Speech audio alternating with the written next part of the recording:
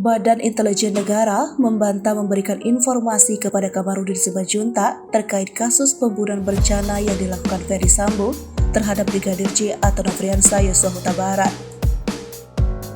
Juru bicara Badan Intelijen Negara, Wawan Haji Purwanto memastikan pihaknya hanya melaporkan informasi intelijen kepada single klien, yakni Presiden RI, sehingga klaim Kamarudin yang mendapat informasi dari BIN dapat dipastikan tidak benar.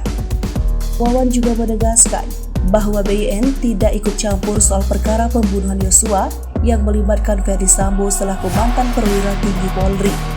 Menurutnya, BIN merupakan lembaga negara yang tidak memiliki kepentingan di luar itu. Meski membantah klaim Kamarudin, BIN belum memikirkan untuk mengambil langkah hukum terhadap kuasa hukum keluarga Yosua tersebut.